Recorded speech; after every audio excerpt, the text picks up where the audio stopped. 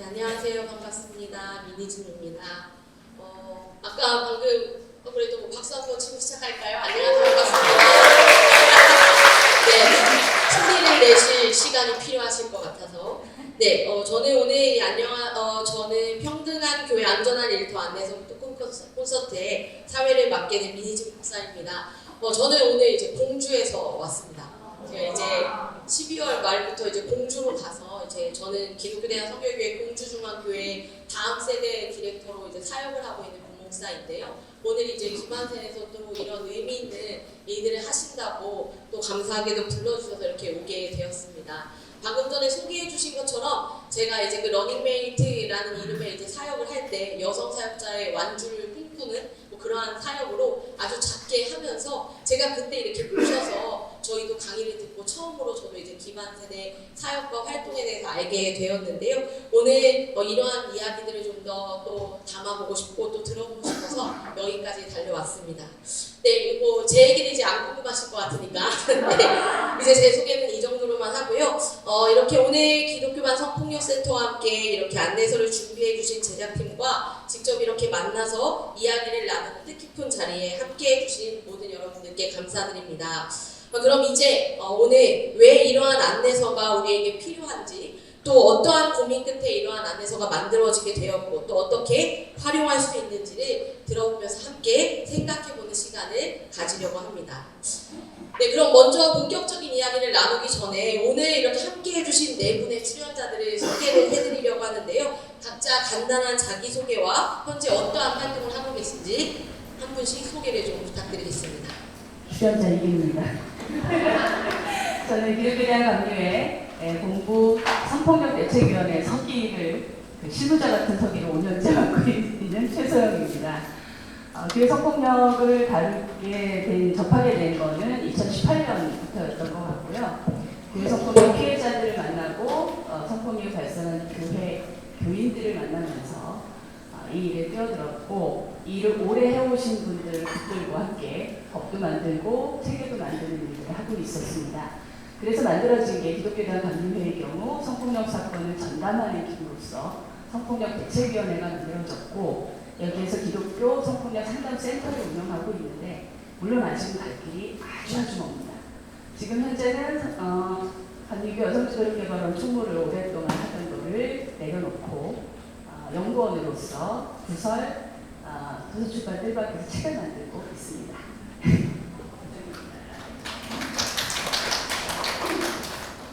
네, 안녕하세요. 전 출연자이고요. 네, 전소희라고 합니다. 만나서 반갑습니다. 저는 지금 20년 넘게 교회 여성 노동자로 살아가고 있는 사람이고요. 한 2년 전에 교회 개척해가지고 안녕교회라는 개척교회를 섬기고 있습니다. 그리고 폭력예방 통합교육 전문 강사로 활동하고 있는데 이제 공공기관에서 의무교육으로 하는 성희롱 성폭력 예방 교육 등을 하고 있는 사람입니다. 네, 안녕하세요. 너무 떨리네요. 너무 오랜만에 이런 자리에 와서 저는 이은혜라고 하고요. 2014년부터 이제 8년 동안 기독교 독립언론 뉴스앤조이에서 취재기자로 일했습니다. 당시 편집국에는 여성 기자가 그렇게 많지 않아서 이제 성폭력 피해자분들을 만나는 게 제가 좀 더 수월하겠다 해서 만나기 시작했는데 어떻게 하다 보니까 계속 만나고 이제 취재를 하다 보니까 결국에 이 성폭력 문제가 구조랑도 많이 얽혀 있다는 걸 알게 돼서 좀 더 이 구조에 변화를 주고 싶어서 매달렸던 것 같습니다. 퇴사 후에는 지금 작은 식당을 운영하고 있고요. 운영까지는 일하고 있고요. 그리고 지금 임보라 목사 기념사업회 운영위원으로도 활동하고 있습니다. 반갑습니다. 네, 안녕하세요. 출연진 4고요. 아까 3이라고 하셨어야 되는데 출연진 4고요. 저는 장로교 목사이기도 하고 기독교반 성폭력센터에서 사무국장으로 일하고 있습니다. 춘풍이라는 활동명으로 저희는 초교파적으로 교회에서는 성폭력 문제 사건 접수를 받고 있고요. 그와 관련된 피해자와 교회가 필요로 하는 사건 지원 그리고 필요로 한 여러 가지 교육들을 하고 있습니다. 네, 감사합니다. 네 분께 다시 한번 부탁드립니다. 이제 제가 호칭을 출연자 1, 2, 3, 4로 부르기 좀 그러니까요. 모모님으로 이렇게 좀 불러드리려고 하는데 괜찮으시죠? 네. 이제 이렇게 네 분의 다양한 배경을 좀 들어보니까 어떻게 이 안내서가 만들어졌는지 좀 궁금한 것 같은데요. 이번에는 실제 교회 현장에서 성희롱 사건을 다뤄보신 경험들을 중심으로 왜 이러한 안내서가 우리에게 필요한가에 대한 이야기를 좀 나눠보았으면 좋겠습니다. 먼저 은혜님께 좀 질문을 드리려고 하는데요. 뉴스앤조이 기자로 일하시면서 교회 내의 성희롱 사건을 취재해본 경험이 많으실 것 같은데 취재하시면서 기억에 남으셨던 어떤 사건이나 상황이 있으시다면 좀 들려주실 수 있을까요? 네, 네, 사실 성희롱 사례를 제가 많이 접한 거는 아니에요. 그러니까 성희롱은 아까 이전에 일부 발제 때 계속 나왔지만 참고 그냥 지나가는 경우가 많기 때문에 성폭력과 관련해서 수정이 떠오르는 경우가 잘 없습니다.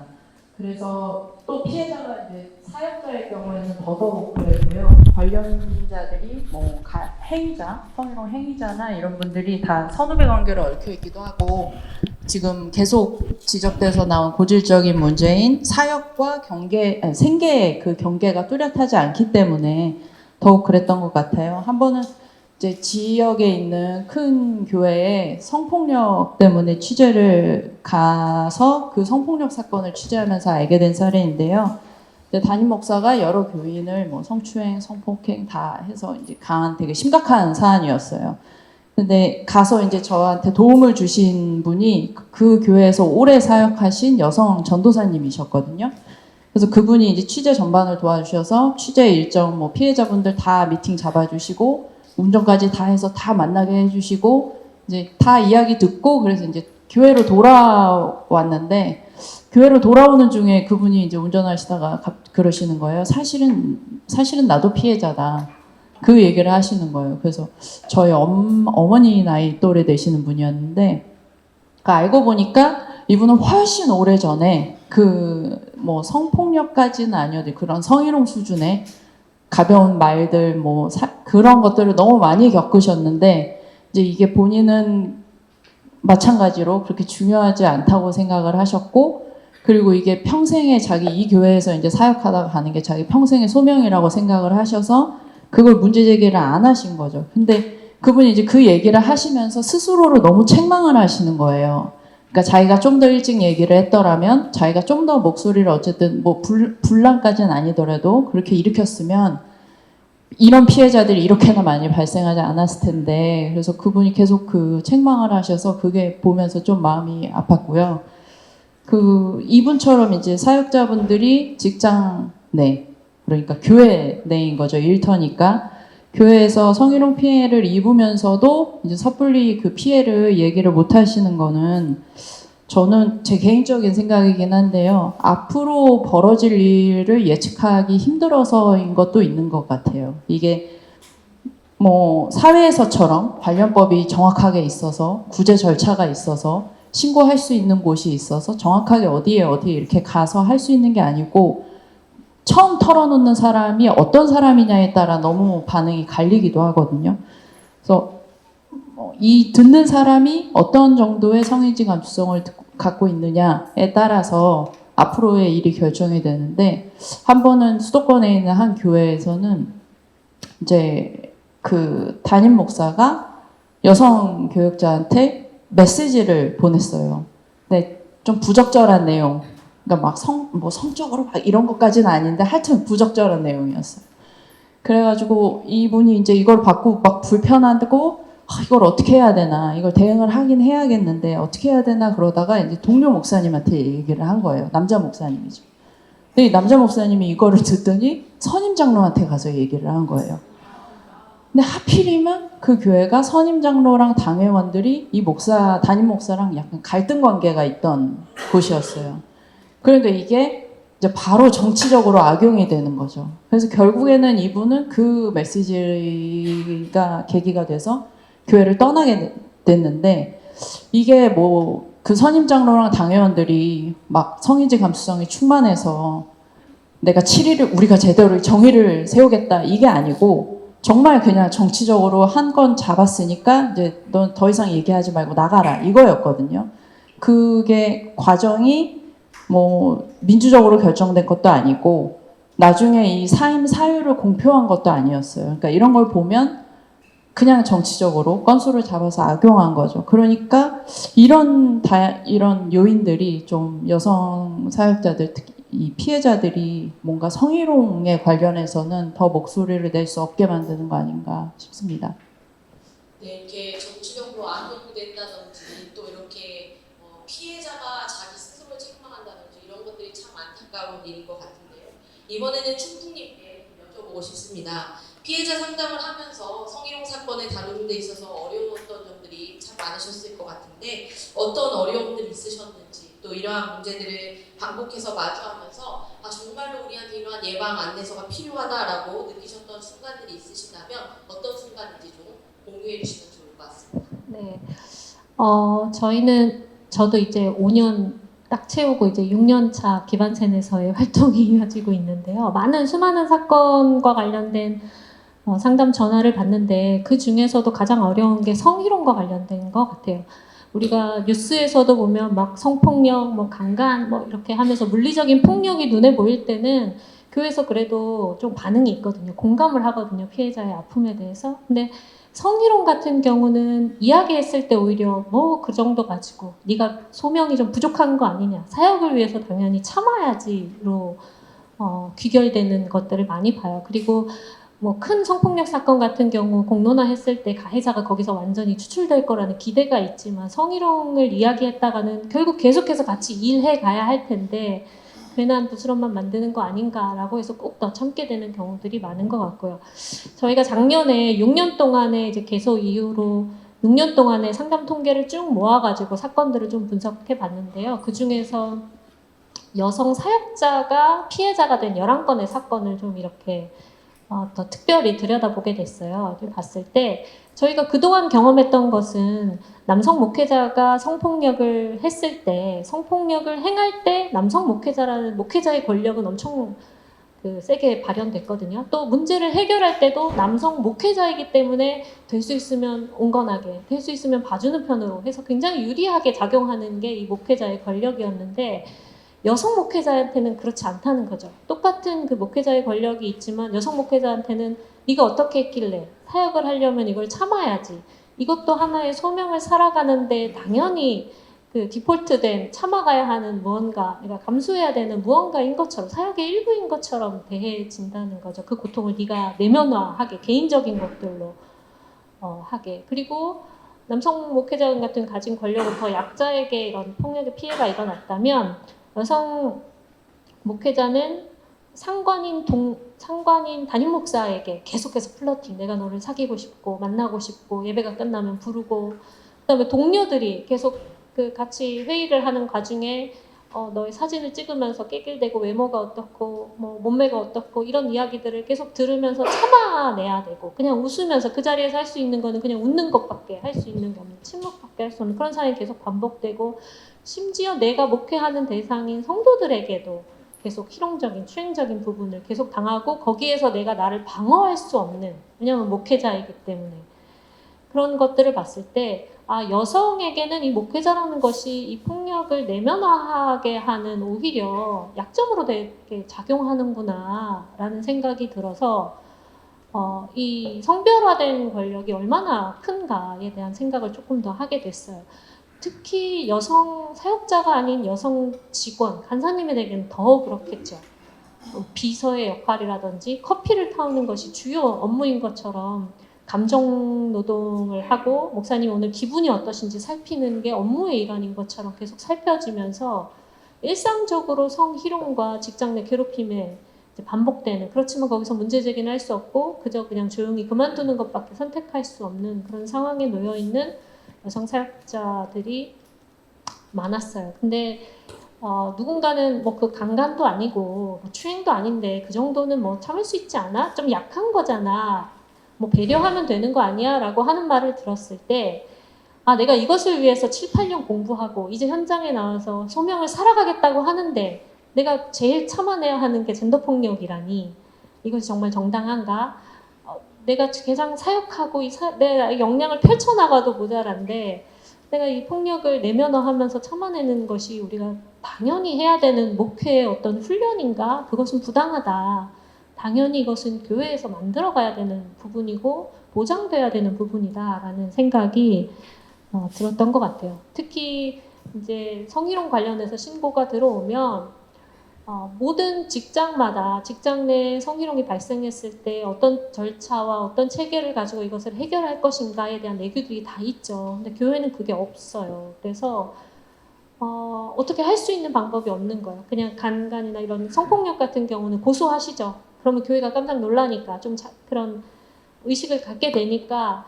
그렇지만 성희롱 같은 경우는 우리가 뭐 고소할 수 있는 방법도 없고 어떻게 이야기할 수 있는 방법도 없고 그저 피해가는 수밖에 라고 할 수 없는 무기력이 너무 슬펐던 것 같아요. 단지 성희롱은 어떤 누가 던지는 농담의 말이 아니라 우리가 열심히 살아왔던 내 삶에 대한 자긍심을 파괴하는 폭력이다. 나의 인권이 나로서 내가 살아가고자 하는 내 미래를 어떤 막아서는 굉장한 폭력이다라는 문제의식이 우리 안에 있었으면 좋겠다.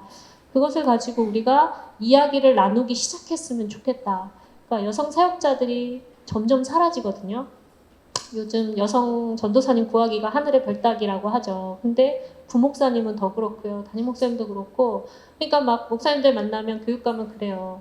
능력 있는 여성 사역자가 없어. 우리 여기 위원회에 여성 사역자 모시고 싶은데 역량 있는 사람이 없어. 우리 중에 사람이 없어. 이런 이야기들을 많이 하시는 거예요. 여기에 버틸 수 없도록 너무나 많은 여성들이 여기서 자리를 빼앗기고 쫓겨날 수밖에 없는 상황이 됐다. 우리 교회를 위한다면 이 문제를 더 늦출 수는 없겠다. 더 이상 소명이라는 대의로 이 젠더 폭력이 묵인화돼서는 안 되겠다. 라는 생각으로 네, 성희롱에 관련된 우리가 이야기를 나누자 해서 평화 프로젝트를 시작하게 됐습니다. 네, 이렇게 이야기 이제 들어보니까 이 안에서는 사실 단순한 어떤 지침서라기보다는 이 교회라는 공간 또 그 교회라는 특수성, 구조 이러한 것들을 정말 깊이 고민하면서 만들어졌을 수밖에 없겠다 이러한 생각이 드는데요. 이렇게 함께 같이 네 분이 논의하고 글을 쓰시면서 특별히 인상 깊었던 것 또는 고민하셨던 것들이 있다면 어떤 거 궁금합니다. 먼저 이번에는 우리 소영님과 또 수영님께 질문을 좀 드리려고 하는데요. 작업 과정에서 특히 기억에 남는 어떤 고민의 지점이나 또 이거 꼭 말해야겠다 이렇게 생각하셨던 것이 있다면 무엇일까요? 네, 먼저는 저 스스로에게 그리고 여기 계신 분들에게 먼저 진짜 잘 버텨왔다. 네, 토닥여주고 싶은 마음이 이제 들었어요. 여러분들 스스로가 좀 토닥여 봐주시면 좋을 것 같아요. 네, 진짜 잘 버텨왔다. 네, 이 과정을 함께 하면서 일단 저는 굉장히 좀 행복한 마음이 들었습니다. 근데 이 성희롱이라는 주제를 이야기하면서 행복을 이야기하는 게 되게 아이러니하잖아요. 근데 왜 그랬냐면 제가 앞서 소개를 하면서 저는 의무교육으로 이 예방교육을 하고 있다고 했는데 교육 현장에 나가면 사실 의무교육이고 또 성폭력, 성희롱 예방교육이다 보니까 이렇게 교육의 효과나 이런 걸 좀 이렇게 마주하기가 어렵고 또 교육에 참여하는 분들의 이렇게 참여도나 이런 것들이 현저히 낮은 그런 환경에 있어요. 그래서 교육을 다가 당일에 이제 저녁에 저희가 주로 모여서 회의를 하게 되었는데 그때마다 이제 위로가 많이 되는 거예요. 같은 마음을 품고 또 같은 지향을 향하여서 나아가는 분들과 함께 작업한다는 것이 저 스스로에게도 굉장히 많이 위로가 됐고 또 앞을 향해서 함께 뭔가 발전된 교회 또 사회를 향해서 나아간다라는 그런 지점들이 너무 행복했고 또 되게 따뜻했던 그런 또 소중했던 그런 시간들이었던 것 같아요. 그래서 또 이 함께 했던 분들에게 너무 감사드리고 기반생이 이런 프로젝트 진행하는 것도 너무 감사하고 그런 마음이 있고요. 저희가 밥 먹고 나서 잠깐 얘기를 했는데 지금 여기 오신 분들은 이러한 저희가 오늘 다루고 있는 주제에 대해서 굉장히 많이 관심 있고 또 이제 고민하고 계시는 분들이잖아요. 근데 이런 분들은 계속 이런 이야기를 들어요. 노출되어서 계속 접하게 되어지는데 정작 들어야 될 분들이 안 듣고 있어요. 그렇죠?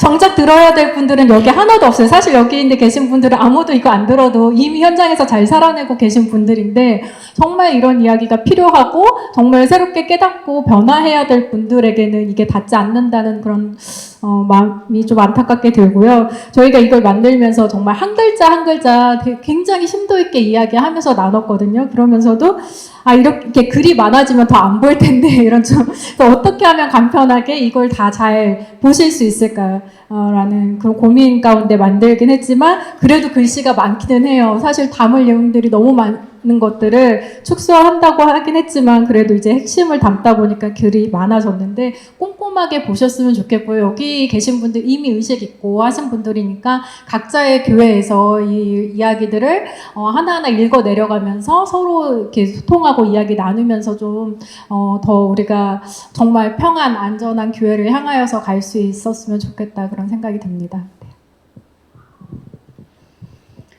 저도 가장 기억에 많이 남는 건 공동작업 과정이었던 것 같아요. 공동작업을 많이 해봤지만 이번에 안내서 만들면서 특별히 더 의미가 있었던 지점이 있는데요. 이 기반서 활동가들하고 이 집필자들 사이에 공동작업도 굉장히 의미가 있었고 말씀하신 것처럼 또 하나가 이 초안을 만들어 놓고 이거를 외부 전문 활동가 단체들의 공유로 해서 그분들하고 같이 따로 또 같이 하는 이 점검 작업이 또 한 번 이루어졌었어요. 특히 그 중에서 가장 마음에 남았고 저에게도 충격이기도 했던 전환이 뭐였냐면 이게 저희도 많이 그 작업을 통해서 이걸 만들어내긴 했지만 이 작업이 완결이 아니다. 이건 새로운 시작이다. 라는 전환 지적이었는데요.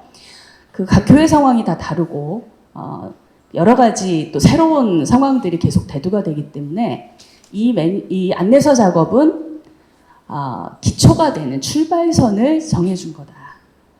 우리가 어떻게 우리 상황에 맞게 이거를 작업을 계속 진행해 나갈지 하는 거를 그 개 교회마다 공동체마다 다 앞으로 해나갈 수 있다라는 이 지점이 굉장히 마음에 남았고 저에게는 큰 힘이 됐었습니다.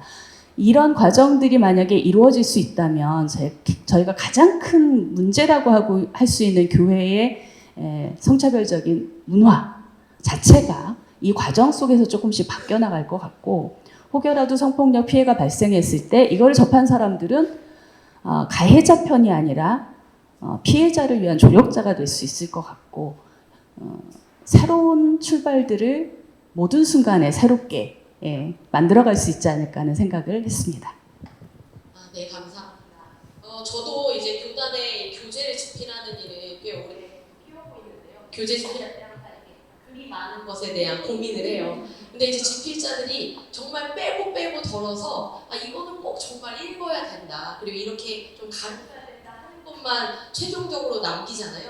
그런 의미에서 제가 이 안내서를 봤는데 이 정도면 정말로 많이 덜 보더라도 엑기스다 이런 느낌이 들어서 아까 꾹꾹 불러나오신 그 우리가 좀 다 하나도 빼놓지 않고 잘 읽어볼 수 있으면 좋겠다 이런 생각이 듭니다. 이번에는 그럼 안내서의 내용을 좀 더 이렇게 구체적으로 소개하는 시간을 좀 가져보려고 하는데요.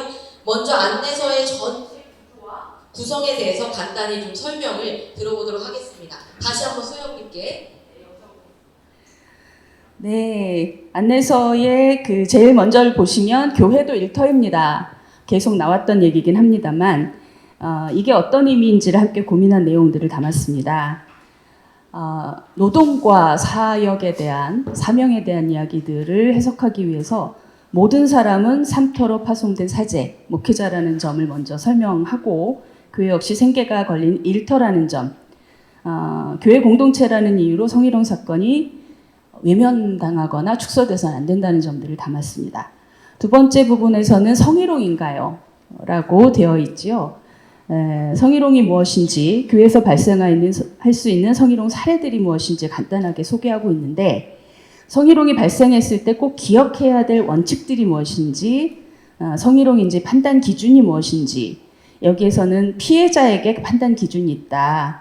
동성 사이에서도 성희롱은 성립한다라는 내용들이 담겨져 있습니다. 세 번째 부분은 교회 내 성희롱이 발생했을 때 대응 규칙인데요. 피해자인 경우 주변인이라면, 행위자라면, 관리자라면 이런 부분들이 지금 여기에 담겨져 있는데 저는 여기서 피해자의 경우 당신의 잘못이 아닙니다. 당신에게는 거부할 권리가 있습니다. 혼자 감당하지 마세요 같은 것들이 굉장히 마음에 와 닿았었습니다. 네 번째 부분은 사건 해결 과정의 원칙과 절차인데요. 이거 담당하신 분이 정말 고생을 많이 하셨어요. 이 많은 내용들을 여기다가 우겨 담으려고 애를 많이 쓰셨는데요. 기본 원칙과 함께 사건 해결을 위한 사건 상담 신고 접수, 조사, 심의와 조치, 그리고 후속 조치까지 무엇이 필요한지 가장 기본적인 내용들을 여기에 담으려고 노력했습니다. 그 5번째는 안전한 교회를 만들어가는 10가지 수칙인데요. 첫 번째는 이겁니다. 공동체의 은혜와 헌신은 작은 목소리에서 시작됩니다. 그리고 마지막은 성희롱 예방과 대처는 모두의 책임입니다.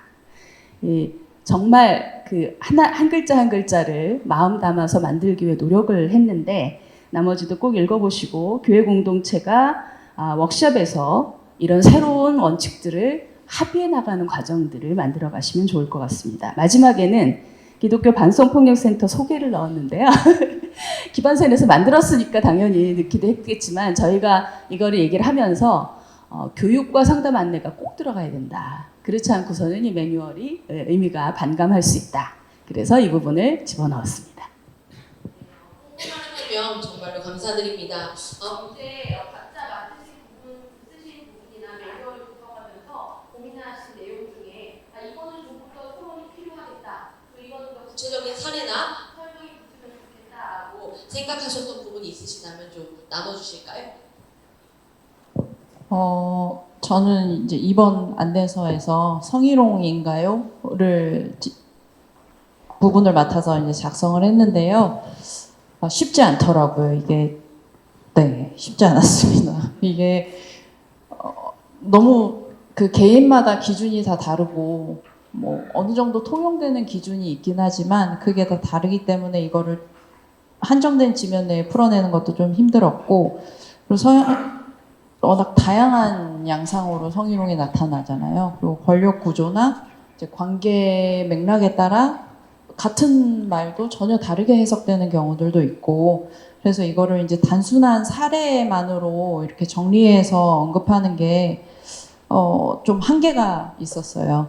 그리고 이렇게 정의를 딱 성희롱은 뭐다, 뭐 관련 법규, 뭐 목회자와 직원 사이에 이렇게 하는 게 이 안에 사실 담긴 그 뭐 개인이 느낄 수 있는 성적 굴욕감이나 권력에 의한 강요 이런 본질적인 것들을 좀 제대로 이런 설명이 전달될 수 있을까 하는 회의감도 좀 있었는데요. 그래서 지면이 조금 더 허락이 됐다면 과연 지금 생각에는 좀 할 수 있었을까 하지만 어쨌든 지면이 좀 더 허락됐다면 조금 더 쉽게 부연 설명을 넣을 수 있지 않았을까 하는 아쉬움이 남기는 합니다. 그래서 이 성희롱인가요? 이 부분을 이제 받아서 보시는 분들이 이런 성인지 감수성이 좀 있으시거나 관련 지식이 좀 어느 정도 있으신 분들은 그래 그렇지 라고 이해하고 넘어가실 수 있겠지만 사실 다 아시다시피 교회 현실에서는 그렇지 않잖아요. 그래서 오히려 이제 이렇게 얘기를 하면 그게 왜 문제가 되는데? 라고 이제 여쭤보실 분들이, 되묻는 분들이 많을 것 같은데, 그래서 앞서 이제 소영님이 말씀하신 것처럼 이게 결국에는 이 안내서에서도 이 성희롱인가요 부분은 이 성희롱에 대한 정의, 이 문제에 대한 이제 최소한의 감각을 우리가 나누고 공유하기 위한 시작점인 것 같습니다. 이게 끝나는 게 아니라요. 그래서 각 교회나 이제 공동체가 이걸 가지고 자기들만의 뭔가를 만들어가는 게 각자의 기준이랑 감수성을 자기네 공동체에 맞게 만들어가는 게 중요하다고, 그 과정이 꼭 필요하다고 생각을 합니다.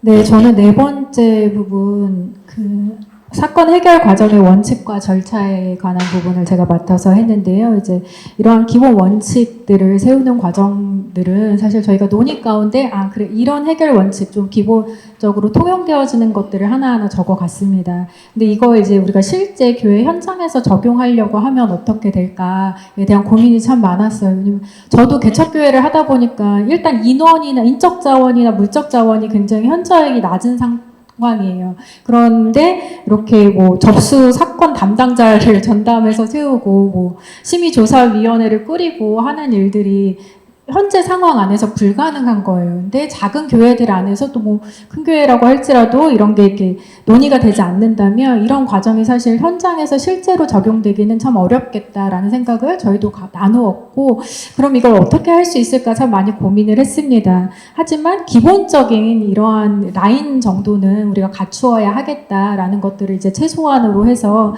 이제 책에 넣는 과정이 있었는데, 계속 반복되어지는 이야기이긴 하지만 각 개교회 현장에 맞게 교회에서 심도 있는 논의 가운데서 그 교회에 맞는 또 기준과 절차, 방향들을 좀 제시하고, 어떤 사건이 발생했을 때 누군가 이걸 내가 어떻게 누구에게 얘기해야 하지, 이거 고민하지 않을 정도만이라도 좀 한 발 나아갈 수 있었으면 좋겠다. 그래서 교회 안에 어떤 사건이 발생했을 때 이게 나 혼자 앓고 나 혼자 아파할 문제가 아니라 공론화할 수 있는 그 장을 열어가는 과정들을 좀 필요하다라는 그런 생각이 들고요.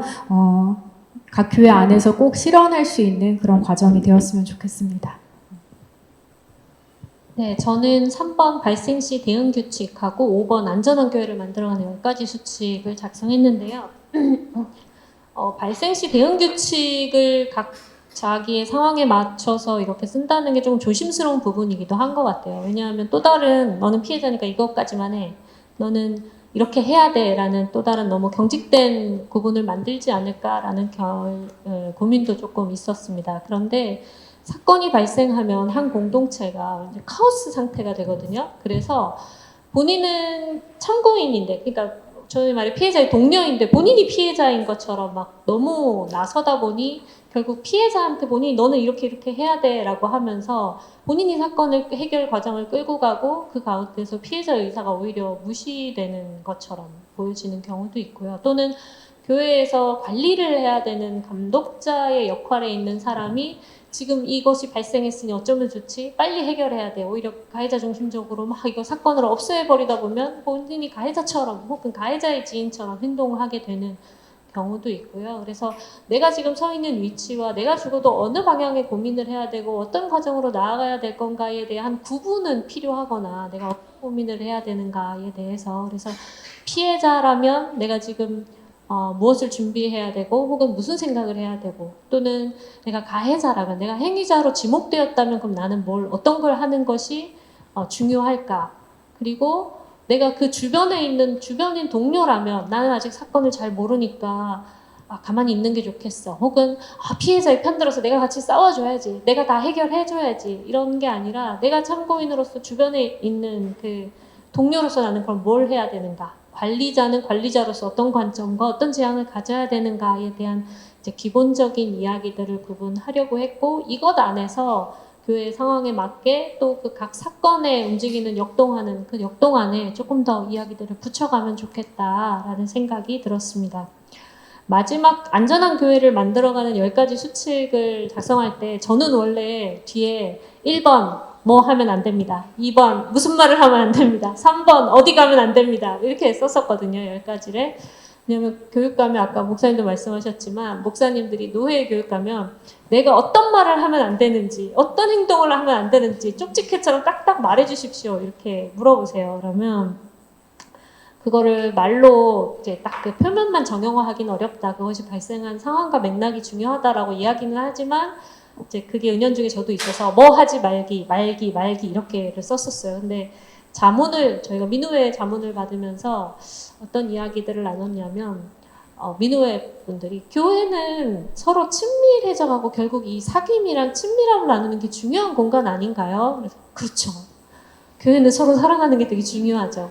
근데 이게 너무 하지 말라 하면 어떻게 사랑할 수 있나요? 그 얘기를 하시는 거예요. 그러면서 우리가 이 젠더 폭력에 대한 방어만 계속 생각하다 보니 결국 우리가 지향점을 잘 몰랐다. 우리는 결국 사랑하자고 하는 건데 더 깊어지고 서로를 상처 입히지 않고 서로가 서로에게 어떻게 더 깊이 다가갈 건가에 대한 이야기를 하고 싶은 거였는데 자꾸 하지 말자. 그러니까 사람들이 펜스룰처럼 남자 여자 따로 앉을까요? 차를 같이 타면 되나요? 서로 안 만나면 되나요? 이런 이야기가 나오나 보다라는 생각이 들었어요. 그래서 다 바꿨습니다. 긍정적인 표현으로. 그러면 이런 말을 하자, 이렇게 배려하자, 이렇게 다가가자, 이런 생각을 해보자, 상대 입장에서 라고 말을 바뀌었어요. 이 10가지면 교회가 안전해질까? 저는 그렇게 생각하진 않는데요. 이거를 마음껏 비판하고 밟으시면서 이것 위에 여러분의 교회의 수칙들을 만들어 가셨으면 좋겠어요. 이거는 좀 보편적이지 않은 것 같아. 이거는 좀 너무 좀스러운 것 같아. 이 수칙은 아닌 것 같아. 라고 줄을 그어 가시면서 이것 위에 우리 교회는 이런 말 하는 게 더 필요하지 않아? 우리는 이 역할을 우리가 이렇게 감당하는 게 더 좋지 않을까? 우리는 이런 말로 서로 인사를 하면 좋지 않을까? 라는 약속들을 하나씩 하나씩 만들어 가면 그게 우리가 서로를 사랑하는 게 되지 않을까? 네, 라는 생각이 들었습니다. 네, 감사합니다. 사실 이제 목회자로서 저도 이제 다음 세대 사역을 쭉 이제 해오면서 이런 비슷한 일들을 또 이제 동역자들을 통해서도 듣고 아이들을 통해서도 들을 때 이제 뭔가 이렇게 해결해 줘야 할 것 같은 슈퍼맨 기질들이 이제 목회자들한테 있잖아요. 마치 우리가 다 답을 알고 있는 것처럼. 근데 사실 이러한 문제들은 사실 저도 어렵더라고요. 그래서 이제 다 들어주는 것처럼 하지만 그 다음 어떡하지? 하나님 저 그 다음 어떡해요? 하면서 이제 당황했을 때가 많았는데 저희 목회자인 저에게도 정말 도움이 되는 내용이 아닐까 이렇게 생각도 들고요. 또 아까 말씀하신 대로 뭔가 하면 안 돼! 막 이런 것들만 많으면 그럼 교회 어려워서 다니겠어요? 이럴 수도 있는데 우리가 좀 더 이렇게 해볼까요? 라는 이런 관점은 많은 도움이 되지 않나 이런 생각을 또 해보게 되기도 합니다. 이렇게 들어보니까 이 매뉴얼이 단순히 우리가 한 번 읽고 이렇게 끝나버리는 문서가 아니라 현장에서 꾸준히 좀 사용되면 좋겠다라는 마음으로 이렇게 만드셨을 텐데요. 어떻게 쓰이면 좋겠다고 생각을 하시는지 또 이렇게 이 안내서가 우리 교회들의 문화를 어떻게 바꾸는 출발점이 되기를 바라시는지 또 함께 이야기를 나눠보겠습니다. 네, 저는 우리가 이 안내서를 가지고 또 이야기하는 그런 출발점 계속 이야기해오지만 그런 것들이 시작되었으면 좋겠다는 생각이 듭니다. 그 가운데 먼저 여기 계신 분들 아까도 말씀드렸지만 이미 많은 의식들을 가지고 계신 분이지만 우리조차도 나는 아니야 라는 이런 생각을 조금 내려놓을 수 있었으면 좋겠어요.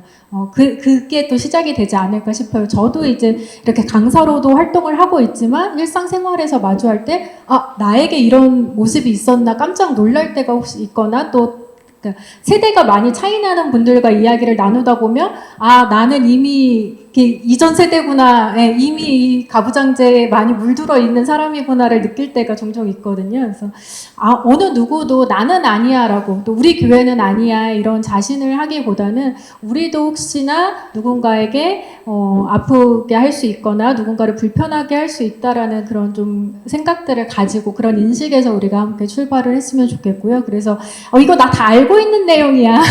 나 이미 다 아는 건데 뭘 또 봐. 이런 게 아니라 그래 다시 한번 생각해보고 다시 한번 적용해봐야지 이런 단계로 좀 나아갈 수 있었으면 좋겠다라는 생각이 들고 그래서 이게 누군가 문제 시대는 그 사람이 봐야 돼. 거기서 해야 돼. 라기보다 우리 모두가 다 같이 함께 가야 된다라는 출발로 함께 갈 수 있었으면 좋겠습니다.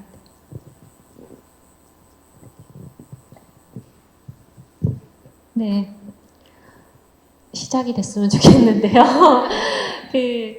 성희롱 이렇게 읽고 시작 교회에 꽂혀져 있었으면 좋겠어요. 일단 이게 꽂혀져 있으면 좋겠고 많은 분들이 이제 저희는 이제 성도와 성도 간의 성희롱이 일어났을 때 혹은 이제 뭐 목회자와 교인 사이에 일어났을 때 전화를 주시면 거의 모든 분이 제일 먼저 하는 말이 요즘 직장에서도 이렇게 안 해요. 이런 이야기들을 되게 많이 하세요. 그래서 진짜 직장에서는 되게 빡세게 하나보다 이런 생각이 많이 들거든요. 그러니까 교회가 사회의 상식적인 수준에서 얼마나 멀어져 있나. 이미 사회에서는 이게 상식이다, 이게 기본이다라고 하고 있는데 교회는 은혜라는 이름으로 너무 많이 회피하고 있지 않나? 그러면 그 인식의 차이에서 얼마나 많은 사람들이 불편을 느낄까라는 제 생각이 많이 듭니다. 교회 안에서는 인식이 굉장히 다양하거든요. 아직도 뭐 이렇게 누구 커피 타와라고 하시는 분이 있는 반면에 또 누군가는 굉장히 외모에 대한 표현도 하면 안 되죠. 이렇게 하는 분들도 있고 그 안에 인식 차이를 좀 맞추고 확인하는 게 됐으면 좋겠어요. 자, 이게 네가 한 말이 성희롱인지 아닌지 보자. 이거를 판별하기 위한 책이 아니라 우리가 이 말은 서로에게 불편함을 느끼게 할까요? 안 할까요? 여기서 불편함을 느끼는 사람도 있네요. 그러면 이런 말로 바꿔봅시다. 혹은 우리 안에는 불편함을 느끼는 사람은 아직 없네요.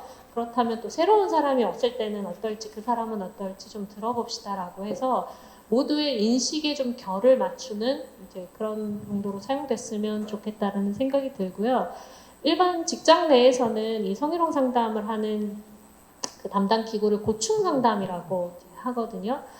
그거 성희롱 상담 뭐 접수 뭐 이렇게 안 하고 성희롱 상담소로 가는 고충 상담이라고 하는 내용은 성희롱이 되기 전에 우리 안에 좀 불편함이 있는데 이제 말하고 서로 수용하고 조율될 수 있는 단계에서 우리가 서로 이야기할 수 있는 게 너무 중요하다. 그래서 이게 막 성희롱, 성폭력으로 발전하기 전에 그런 말은 좀 불편함을 느낄 수 있는 사람도 있는데 우리 그럼 어떻게 만들면 좋을까라고 서로 합의를 시작할 수 있는 이야기를 꺼낼 수 있는 그런 뭔가 도구가 됐으면 좋겠다라는 생각이 듭니다. 네, 저는 이제 아까도 잠깐 얘기했는데 한 8년 이제 그 취재 기자 일을 했는데요.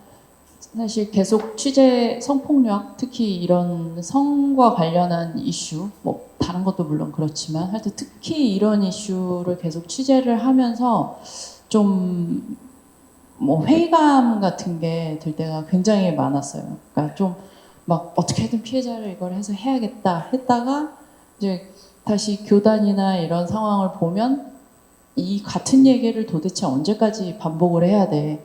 이 똑같은 얘기를 이미 사회에서는 막 다 좀 이렇게 나가는데 아니 이거 지난해 한 얘기인데 올해 우리가 이거를 또 얘기를 해야 되나?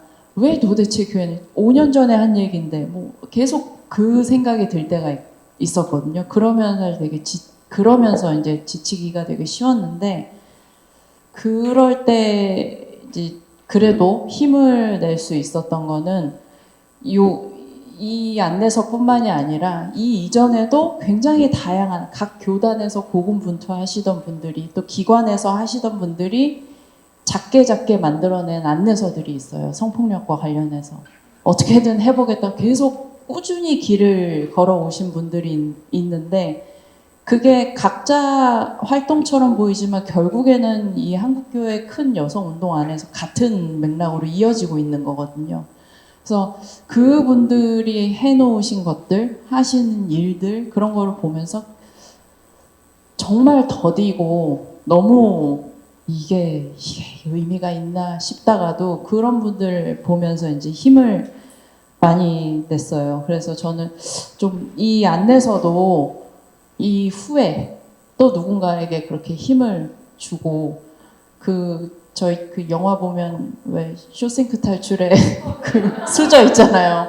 앤디가 계속 숟가락으로 벽을 막 파잖아요. 그래서 이제 나중에 큰 구멍을 만들게 되는데 그러니까 지금 계속 어디선가 계속 구멍을 본인의 숟가락을 들고 구멍을 파고 계시는 분들이 또 이거를 이어받아서 이걸 도구 삼아서 또 구멍을 내시면 결국에는 그 구멍이 이제 교회와 사회에 좀 이렇게 안에만 계신 분들이 답답해하시지 않고 뭔가 소통할 수 있는 구멍을 낼 수 있지 않을까 생각을 합니다. 그래서 그런 도구로 사용이 되면 좋겠습니다. 네, 감사합니다. 숟가락 넣어놨는데 다시 꺼내야겠네요. 네, 어찌 보면 아까 말씀하신 것처럼 뭔가 이제 너가 지금 당신이 하는 게 성희롱인가 보자 하는 어떤 이런 정죄나 이런 판단의 수단이라기보다는 좀 교회 공동체가 어떻게 하면 더 안전하게 나아갈 수 있을까 이러한 것들을 좀 또 고민해 볼 수 있는 책이라는 생각이 저도 들어서 계속 이제 들으면서 교회에서 이걸 어떻게 활용하면 좋을까 이런 생각 때문에 머리가 대굴대굴 이렇게 좀 굴러가는 것 같습니다. 선생님 한마디만. 네네네. 네, 기독교 반성폭력센터 홍보 잠시 드리면 저희가 이후에 이거를 이제 개교회 보내기 운동을 하려고 해요. 한국 교회가 너무 많잖아요. 그래서 신청을 받아서 우리 교회 이거 한 번씩 보내주세요 운동을 하려고 합니다. 관심 가져주시고 그렇죠. 우리 교회도 보내고 저 교회도 꼭 보내주세요 하는 네 보내기 운동에 같이 해주시면 좋겠습니다. 네, 잘 들으셨죠? 네, 감사합니다. 이제 공식적으로 마지막 질문입니다. 뭔가 안내서 외에 이제 교회 성희롱 예방을 위해서 우리가 추가로 좀 필요한 어떠한 뭐 활동, 운동이라든지 또 자료가 있을지 좀 궁금한데요. 네, 제가 원래 준비한 답변이 있었는데 생각이 바뀌었어요. 제가 아침에 오늘 좀 일찍 와가지고 이제 세팅하는 거 같이 했는데 뒤에 보니까 QR코드가 있더라고요. 그래가지고 아니 이거 왜 해요? 그랬어요. 이미 여기 오시는 분들은 기반센 다 후원자 아니에요? 제가 이랬더니 아니라고 이렇게 다 해놓으시고 이게 다 받으셨죠? 정기 후원서. 네. 이런 게 다 들어있더라고요. 그래가지고 사실 저도 저희 교회에서 후원을 하고 있어요. 그래서 저는 하고 있다라고 생각했는데 아 나는 안 하고 있었구나라는 생각이 들었어요. 그래서 저도 가면서 아 이거 작은 금액이라도 나 시작해야 되겠다. 개인 후원을 시작해야 되겠다라고 결심했어요. 여기 앉아서. 네. 그래서 여기 오늘 참여하신 분들만이라도 정말 작게라도 여기 월 10,000원부터 있어요. 기타도 있거든요. 정말 1,000원이든 5,000원이든 각자 정말 커피 한 잔이라도 아껴서 여기 후원해 주시면 너무 좋을 것 같고요. 이거 써주셔도 좋고요. 저 기반센이랑 아무 제가 여기서 받는 거 없는데 이거 작성해 주셔도 좋고 예, 또 이거 하면 또 여기 직원 사무국에서 또 다 일일이 입력해야 되잖아요. QR코드 뒤에 찍으셔가지고 기록해 주셔도 좋을 것 같아서 이게 꼭 첫 번째 저는 실천이 될 것 같아요. 우리가 오늘 여기 이 자리에 어쨌든 하나님의 부르심 가운데 우리가 오늘 여기 왔다고 생각이 듭니다. 그래서 그 안에 응답하는 것은 우리가 이 안에 하나에 동참하는 일이 될 첫 번째일 것 같고요. 그리고 그게 바로 여성 연대로 이어지는 일인 것 같아요. 각자 다들 고분분투 하시면서 여기까지 온 거잖아요. 근데 저도 이제 오랜 시간 동안 사역을 하면서 아 연대가 진짜 중요하구나를 매일매일 더 그 중요성을 더 깨달아가고 느껴가는 것 같아요. 근데 이 연대의 자리가 있기 때문에 우리가 또 미래를 바라보고 희망을 바라보면서 나아갈 수 있는 것 같고요. 그래서 이렇게 기반센에 연대해 주셨으면 좋겠고 또 각 교단마다 여교육자회가 다 있을 거예요. 예, 그래서 함께 할 수 있는 자리에 그 연대의 손길로 같이 할 수 있었으면 좋겠습니다. 그리고 마지막이 이제 의무교육입니다. 사실 의무교육이 제가 아까 참 어렵다고 말씀드렸지만 기본 중에 기본이거든요. 가장 실천할 수 있는 가장 기본이기 때문에 각 교단 안에서 또 노회 안에서 총회 안에서 또 각 개교회 안에서 이런 교육은 1년에 한 번씩 의무교육으로 일단 시작이 되어야지 그 다음을 이야기할 수 있을 것 같아요. 근데 아주 기본 중에 기본도 사실 갖춰주지 않은 상태이기 때문에 그런 것들을 위해서는 또 우리가 연대해야 되고 다 이게 얽혀 있어요. 다 연결되어 있기 때문에 그 과정들을 우리가 함께 이뤄 나간다면 이렇게 앞서갈 수 있지 않을까. 이 안내서를 또 만든 것들이 중요한 출발점이 되어서 또 변화된 사회, 변화된 교회, 변화된 현실 안에서 우리가 살아갈 수 있게 되지 않을까 싶습니다. 네, 제가 전수희님 되게 좋은 분이신 건 알았는데 이렇게 훌륭한 분이신 걸 제가 모르고 있었다는 생각이 들어서 참 겸허한 마음이 들고 정말 주옥 같은 말씀 감사드립니다. 교육이 참 어려운 것 같아요. 누군가를 가르치는 건 어려운 것 같고 나도 분명히 아는가? 저도 많은 교육을 나가는데 늘 의심이 드는 것 같아요. 근데 다른 것보다 우리가 하는 교육은 서로가 서로한테 배우는 교육이 되게 중요한 것 같아요. 이게 성폭력이 이걸 지켜야 된다. 성인지 감수성 무슨 의미야 이런 것보다 서로가 서로를 어떻게 생각하는지 어떤 기준을 가지고 있고 어떤 경험을 해왔고 또 어떤 고민을 하고 있는지 서로를 발견하는 것에서 우리가 서로를 이렇게 분명히 인지할 때 이 사람을 존중하게 되고 이 사람의 인권과 이 사람의 말을 주의 깊게 듣게 되는 것 같습니다. 그래서 저희는 교육할 때 될 수 있으면 워크숍을 좀 많이 하려고 노력하고 있어요. 그래서 저희는 보통 성폭력 예방 교육, 경계 교육, 성평등 교육, 성인지 감수성 교육 같은 것들을 많이 하는데요. 저희 같은 강사를 불러서 해도 좋지만 일단 우리가 모인 장소에 당신은 어떻게 생각하는지, 어떤 지향을 가지고 있고 무엇을 좋아하는지, 또 어떤 것을 불쾌해하는지, 또 어떤 고민과 걱정이 있는지에 대해서 서로를 잘 물어볼 수 있고 때로는 말하지 않아도 표정으로 몸짓으로 이 사람은 자신의 의사를 어떻게 표현하고 있는지 발견해가는 것, 그런 연습부터가 우리에게 굉장히 중요한 교육이 아닌가. 결국 성폭력 예방은 이 사람의 인권, 한 사람으로서의 존재, 누군가를 받아들이는 연습, 거기서부터 시작하지 않나라는 생각이 듭니다. 그럼에도 불구하고 직접적인 교육안이 필요하시다면 강사를 직접 만나서 대화를 나누는 것도 좋고요. 또 저희 유튜브에서 저희가 유튜브 활동 잘 안 하긴 하는데 그래도 중요한 영상은 오늘 아마 영상도 올라갈 텐데요. 저희가 작년에 NCCK와 3편의 교육편을 만들었거든요. 3편의 그래서 그 무료로 의무교육으로 사용하실 수 있어요. 그래서 그런 영상도 보시고 또 우리 공동체에 적합하게는 어떻게 적용할 수 있을까 고민해 보시고 하시면 더욱 좋을 것 같습니다. 네, 감사합니다. 우선 이제 질의응답으로 좀 넘어가기 전에 원래 드렸던 질문은 아닌데요. 그래도 혹시라도 내가 이 말을 좀 꼭 안 하면 후회할 것 같다. 뭐 또 이 자리를 빌어서 좀 이야기하고 싶다. 이런 게 혹시 있으신 분 계실까요? 네, 이제 이야기는 좀 다 하신 것 같고 질문이 그 사이에 많이 들어와서요. 이제 질문에 대한 좀 답을 좀 들어보면 좋을 것 같습니다. 질문지 작성하신 분을 이쪽에 좀 내주시면 될 것 같고요. 첫 번째 질문을 좀 드려보려고 하는데요. 질문 들으시고 또 이거에 대해서 답변해 주실 수 있는 선생님께서 마이크를 잡고 또 말씀해 주시면 될 것 같습니다. 첫 번째 질문입니다. 교회 내 성희롱, 성폭력 사건이 일어났을 때 제대로 적법한 절차에 따라 해결되었던 사례가 있는지 궁금합니다.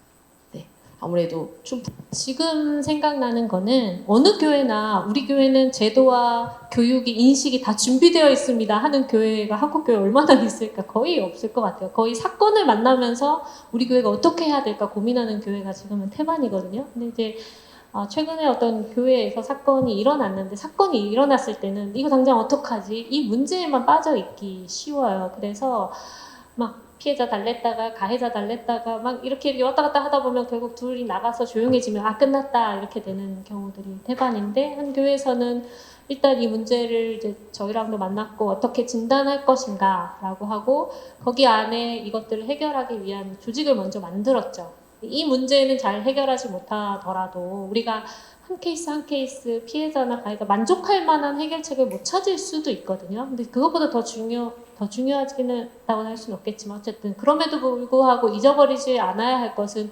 우리의 방향성이죠. 계속해서 이런 일들은 또 일어날 수 있는데 우리는 우리 안에 이것들을 자정 능력을 만들어 갈 수 있을까라는 부분들에 대한 고민이 계속 그 안에 같이 있는 거예요.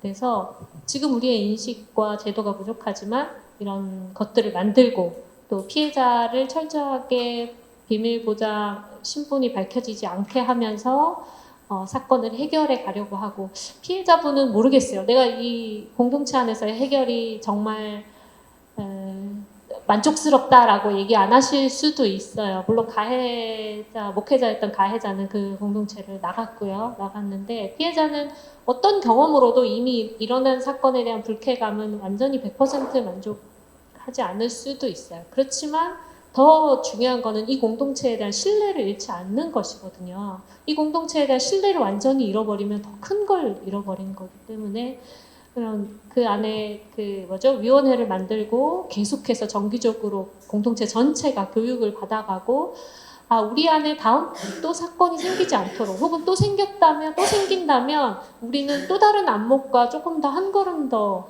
전진된 걸음 안에서 우리가 더 높은 의식을 가지고 이 문제를 해결해 가자라는 단도리가 피해자한테는 굉장히 좀 힘이 되지 않을까? 라는 생각이 들었습니다. 그래서 우리의 희망은 사건이 완벽하게 해결됐다 이게 아니라 우리는 어제보다 더 나아지고 있다를 주는 것 그게 우리에게 필요한 희망이 아닌가라는 생각이 듭니다. 저 같은 경우는 성희롱 사건보다 성폭력 사건들이 교단에서 많이 일어났었고 다뤄왔는데 만족하게 제대로 처리됐다라고 말하기는 애매한 부분들이 많이 있습니다. 노력을 해서 가해자가 출교 처분을 받더라도 살아 돌아오는 일들이 가끔 있기도 하고요. 목회를 그만두기로 했는데 다시 목회하겠다고 나서는 일도 있고요. 심지어 교단을 바꿔서 독립교단으로 가서 뭐 이런 식으로도 가능합니다. 그럼에도 불구하고 예전에 비해서는 성폭력 사건을 문제로 인식하고 적극적으로 해결하려는 의지를 보이는 사람들이 어떤 이유에서든 늘고는 있습니다. 교단 내에서도. 저희가 지원했던 사건들 중에 단기간에 끝난 사건은 없고요. 굉장히 길게 보통 지난한 싸움들을 하게 되는데 최근에 아주 빨리 사건이 신고도 되기 전에 끝난 사건이 하나 있었어요. 이거는 제대로 절차를 밟은 건지 안 밟은 건지 제가 좀 헷갈릴 정도로 이 사건이 언론에 보도되면 감리교 난리 난다. 그래서 신고도 되기 전에 교회에서 바로 문제 제기가 되고 나서 연회에서 자격심사위원회를 열어서 자원은퇴시키고 돈 뱉어내게 하고 끝내버렸어요. 가끔 그래서 이게 우리가 생각한 올바른 절차는 아닌데 이렇게 하는 게 피해를 최소화하는 게 아닐까라는 고민을 하게 만든 사건이 하나 있었는데 제일 중요한 거는 사건 해결 이후에 사법적인 해결 이후에 교회 공동체의 그 회복적 정의라고 아까 말씀하셨던 것처럼 이런 부분까지 나아가는 게 제일 중요하다고 생각합니다. 보통 제가 이제 이 사건들을 겪으면서 아주 절실하게 배운 것 중에 하나, 아주 크게 배운 것 중에 하나가 성폭력 사건이 일어난 교회의 교인들도 피해자다. 저는 그 생각은 못 했었거든요. 그랬는데 그분들도 피해자라는 거를 접하고 나서는 진짜 사후 처리가 더 중요하구나. 그리고 이 사람들이 가지고 있는 상처를 회복시키는 게 교회 공동체로서의 본질이어야 되는구나 하는 생각을 했는데 피해 교인들을 지난번에 한번 우리 홍범 목사님하고 만나고 왔는데 이분들이 가장 크게 꼽은 거 하나가 교회에 대한 목회자에 대한 불신이었어요. 이 불신을 과연 어떻게 회복해 나갈 수 있을까까지를 같이 고민해야 사건은 해결이 된다. 그 생각을 꼭 나누고 싶었습니다. 네, 감사합니다. 얼마나 고개를 끄덕였는지. 네, 두 번째 질문인데요. 성폭력이 아닌 성희롱에 초점을 맞추신 이유가 있을까요? 네, 아까 말씀드렸다시피 성폭력은 형사고소도 할 수 있고요. 교단에다 얘기도 언론에다 해도 빵빵 터트려 주시고요. 이런 부분이 있는데 성희롱은 사람들이 사소한 것으로 여겨요. 근데 여기서 삶을 살아가야 하는 사람한테는 전혀 사소하지 않거든요. 오히려 이게 더 내 존재가 파괴되는 것 같고 훨씬 더 큰 문제인데 사소한 문제로 다루시죠. 또 공론화 한들 가해자와 한 공동체에서 살아가야 돼요. 이 사람을 완전히 추출할 수 있는 징계로 이뤄지지는 잘 않거든요. 뭐 잠깐의 정직이라든지 혹은 여러 가지 약간의 회개 혹은 교육받는다 이 정도의 그게 떨어지기 때문에 오히려 그 공론화를 하지 않는 게 훨씬 더 살아가는 게 유리할 것이다라고 판단하는 경우들이 많죠. 그렇다고 이것을 계속 놔두고 계속 묻어둘 것인가 음지화할 것인가 그거는 아닌 것 같다. 결국에는 우리 모두가 성희롱도 굉장히 위험하고 누군가를 파괴하는 나쁜 폭력이다라는 인식을 우리 모두가 가져야 된다. 라는 생각이었고 누군가에는 성폭력만큼이나 왜냐하면 이 일이 소중하고 이 일로 계속 살아가고 싶고 나의 소망과 꿈을 살아가고 싶은 누군가에게는 성폭력만큼이나 성희롱은 이 사람의 꿈과 비전을 빼앗는 일상을 빼앗아가는 아주 큰 폭력이다라는 인식들을 우리가 나누었으면 좋겠다라고 해서 또 성폭력과 관련된 거는 안내 매뉴얼이나 뭐 여러 가지 것들이 이미 준비되어 있는 교단들이나 업무들이 있어서 우리는 조금 더 성희롱에 집중하자. 그리고 그동안 교회에서 뭔가 문제가 나왔으면 심각하다 잘라 안 심각하다 조용히 해 이런 식으로 너무 극단적으로 이제 해결이 되거든요. 그게 아니라 우리가 조정 능력을 가지면 좋겠다 교회자가. 그래서 제가 질문 들어온 것 중에 하나 왜 가해자라고 하지 않고 행위자라고 하나요? 라는 부분들이 있는데 이것도 저희가 굉장히 많이 고민했거든요. 저희가 피해자가 가해자라고 하면 우리는 가해자로 믿고 가해자로 부르자 보통 성폭력 사건은 이렇게 하는데 성희롱 같은 경우는 공동체 내에서 함께 살아가야 해요. 계속해서. 그래서 가해 행위를 한 사람도 한 사람의 행위자로 자신의 행위를 이 안에서 다시 발견하고 서로 조정하고 서로가 함께 살아갈 수 있는 것에 참여할 수 있도록 같이 이것들을 꾸려가는 방향성이 좋겠다. 물론 성희롱이 아주 심각하고 함께 일할 수 없는 사람일 경우에는 그렇지 않겠지만요. 그래서 징계의 수위나 함께 살아가는 조정의 어떤 단계를 우리가 조금 더 전문적으로 세분화하고 공동체가 그런 자정 능력을 가져 운행할 수 있는 능력을 가져야겠다라는 생각이 들었습니다. 네, 감사합니다. 하나만 더 붙이자면요. 그 성폭력은 그러니까 제가 직접 이제 기사를 쓰고 반응을 보잖아요. 독자들의 반응은 교인이든 아니든 대부분 비슷합니다. 그래서 뭘 했다는 거야. 그래서 누구라는 거야. 그러니까 근데 성폭력은 사실 그럴 수 있다고 생각을 해요. 어쨌든 행위의 심각성이나 그런 게 있으니까. 근데 성희롱 같은 거는 이제 이게 통용되는 문화이냐 아니냐. 이 사람과 이 공동체가 요만큼의 모임에서 이런 말이 통용이 될 수 있는 거야 아닌 거야. 평소에 그런 선을 지키고 서로의 선을 존중을 해준 거야 안 해준 거야. 그러니까 훨씬 일상적인 거라고 저는 생각을 하거든요. 그래서 성폭력으로 만약에 저희가 뭐 방향을 잡고 했으면 오히려 그 부분이 더 서술하기도 쉽고 후에 처리 그런 과정도 그렇고 더 수월했을 텐데 성희롱은 일단 계속해서 뭐 아니면 또 이게 아니라 계속 서로 얘기를 해서 기준을 맞춰가야 되고 결국에 그 베이스에는 문화라는 게 있는 거기 때문에 저희가 그 부분에 더 얘기를 해보자. 그래서 이걸 선택한 게 아닐까. 네, 그 생각을 합니다. 네, 감사합니다. 그러게요. 항상 그래서 뭘 했대? 누구래? 저도 좀 그렇게 질문했던 사람이었던 것 같아서 숙연해지는 마음인데요. 이번엔 또 질문이면서 조금 이렇게 해주실 수도 있나요? 이런 이제 내용을 적어주신 분이 있는데요. 두 가지를 한 번에 말씀을 좀 드리겠습니다. 7페이지에 있는 교회 내 성희롱 사례를 온라인으로도 공유를 좀 해주실 수 있을까요? 라는 부분이 하나 질문이 있었고요. 또 하나는 교회에서 이러한 사례들을 가지고 이제 좀 교육을 하면서 만들어 가려고 하는데 대형, 중형, 소형 또 개척, 가정교회용으로 만들어 주시면 안 될까요? 이런 네, 질문이자 부탁이 있었습니다. 제가 얘기할게요. 네. 이거 후원하셔야지 가능합니다. 네, 기반산에 지금 활동가분들이 네 분이 활동하고 있잖아요. 지금 일도 너무 많고요. 네, 매일 야근하고 있고. 저희 이거 만드는 과정도 매일 밤에 회의를 했어요. 지금 감당하기가 참 벅찬 가운데 있습니다. 여러분의 후원이 그 다음을 만들어갈 수 있습니다. 네. 또 한 가지는요, 이게 지금 여러 매뉴얼이 필요하다 이 얘기에 대해서는 저희가 했던 이야기 중에 핵심 하나는 소통의 도구로 써달라라는 얘기였던 것 같아요.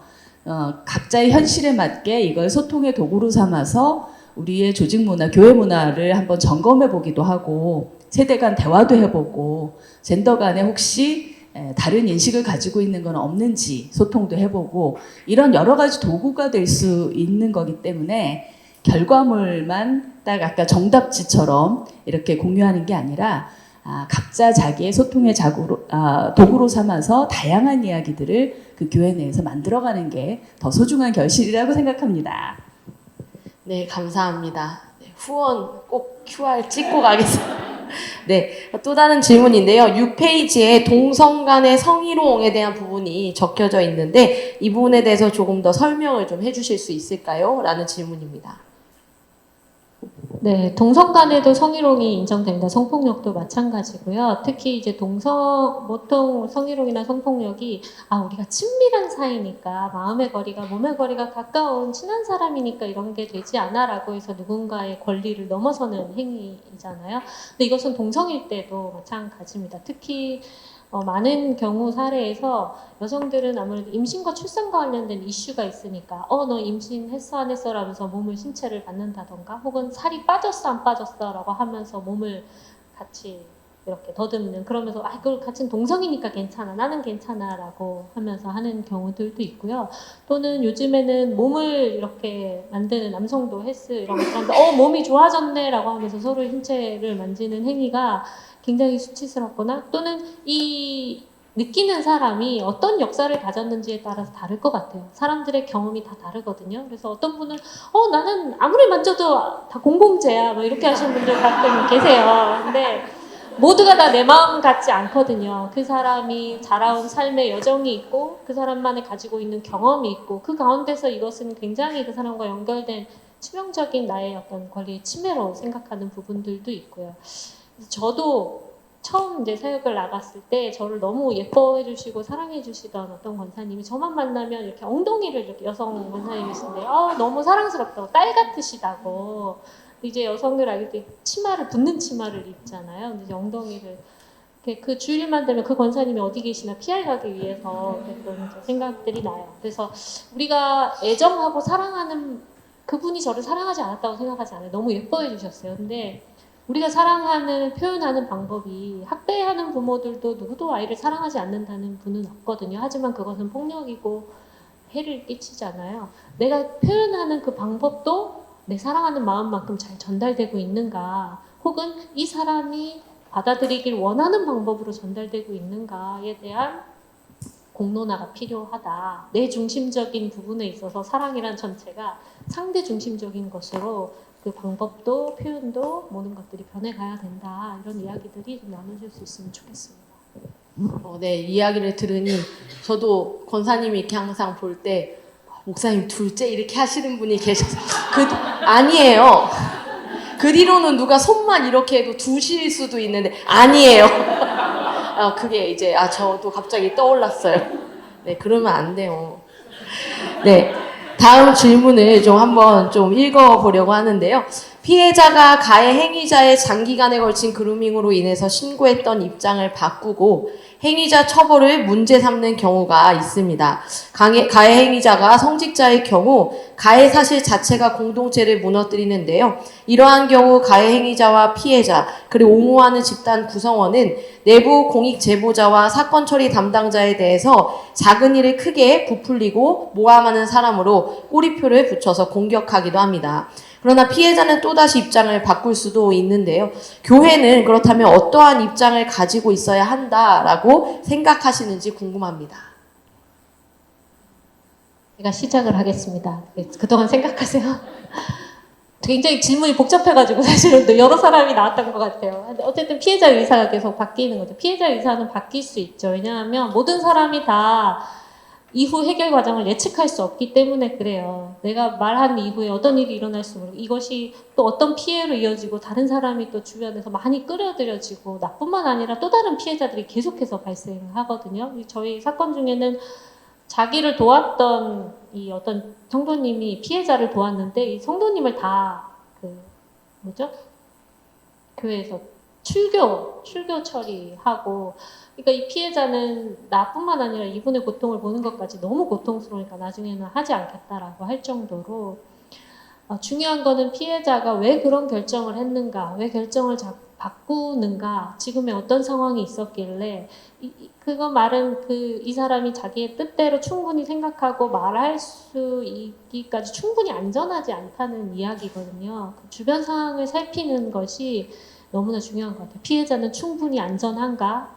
본인이 원하는 것을 말하고 선택할 수 있을 정도로 그런 물음을 꼭 가져야 된다고 생각하고, 저는 그래서 상위 기관의 교단의 역할이 중요하다라고 생각해요. 한 교회 안에서 사건을 해결할 때 워낙 어렸을 때부터 잘 알고 서로가 서로 친밀하고 또 영향력을 주고받기 때문에 객관적으로 다 그 원칙을대로 이것들을 해결하기 힘들 수 있거든요. 또 하면서 여러 가지 과정상의 문제들이나 또 여러 가지 모순이나 또는 계속 반복되는 잘못된 일들이 일어날 수 있을 때 그때 상위기관인 교단이 좀 더 지향성을 보여주고 거기에 대해서는 조력을 해주고 필요한 지원을 지원해주는, 그럴 때 교단의 역할과 교단의 필요가 거기에 있는 게 아닌가 라는 생각이 들어서, 그럼 교단이 충분히 준비해야 된다. 각 개교에 이것들을 해결을 하려는 의지가 있는데 실제로 자원이 모자라서 혹은 여러 가지 정보가 모자르고 여러 가지 필요가 모자라서 이럴 때 충분히 상위 교단에서 이것들을 지원해주는 것들이 필요하다는 생각이 듭니다.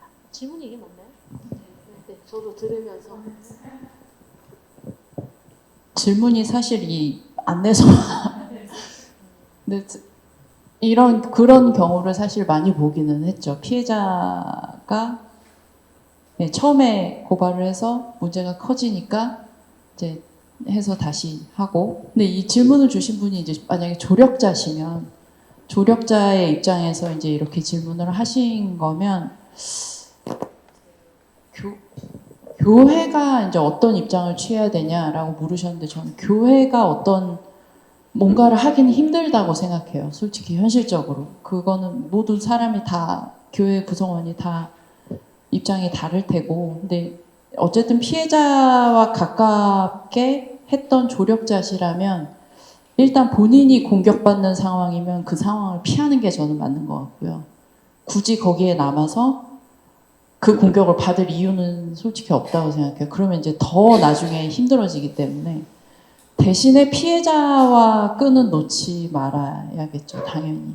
그러니까 어떻게든 피해자의 편이 돼준다는 그 너무 어려운 그거긴 한데 그걸 주면서 일단 본인이 너무 위험한 상황에 처하지 않게, 그리고 교회에 정말 죄송한 얘기인데 교회에 너무 많은 걸 바라지 않으셨으면 좋겠어요.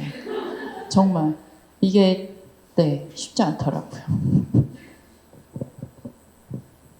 네, 저희 여기 발생시 대응 규칙에 주변인이라면, 행위자라면, 관리자라면, 피해자라면 이런 것들이 있는데 이런 것들을 좀 참고하시면 좋을 것 같고요. 네, 질문이 많이 있었는데 일단은 우리가 성희롱 사건을 다 이야기하고 있는 거잖아요. 근데 이게 우리가 공동체를 해치려고 하는 게 아니라 서로 더 안전하게 평안을 위해서 함께 가기 위함이에요. 그래서 가해자라고 해서 무조건 처벌하고 출교시키고 뭐 이렇게 정죄하고 처벌을 위한 것이라기보다는 공동체가 함께 회복해가는 과정도 굉장히 중요하거든요. 그래서 우리가 최우선으로는 피해자의 입장에서 생각하고 피해자를 우선시해야겠지만 그것이 꼭 가해자와 피해자를 구분짓고 이렇게 서로 나누는 그런 이분법적인 선택이 아니라 공동체 안에서 함께 회복되어져 가고 함께 공존할 수 있는 관계를 만들어가는 것도 그게 우리 교회 안에서의 또 특별함으로 좀 추구해 가야 될 바라고 생각이 됩니다. 근데 그 안에서는 그러면 행위자의 입장에서는 자신의 잘못을 인정하고 그것들을 책임지는 태도가 있어야 되겠죠. 그래서 우리는 누구나 사람이기 때문에 실수할 거 있고 또 죄를 범할 수도 있습니다. 하지만 돌이킬 수도 있는 거잖아요. 내가 잘못했다라는 것을 또 그래 나는 그런 의도가 없었을지라도 상대방이 그것에 대해서 불편함을 느꼈다면은 그 지점에 대해서 충분하게 인지하고 사과하고 다시는 그런 일이 발생하지 않도록 하는 일. 그래서 공동체 안에서 서로 이렇게 아픔의 대상이 되거나 이렇게 하는 것보다는 평화롭게 갈 수 있는 방법이 교회 안에서는 또 이루어져야 되지 않을까 싶기도 하지만 피해자의 그 의사를 존중하는 일들이 최우선 돼야 된다는 것은 다시 한번 강조드리고 싶습니다.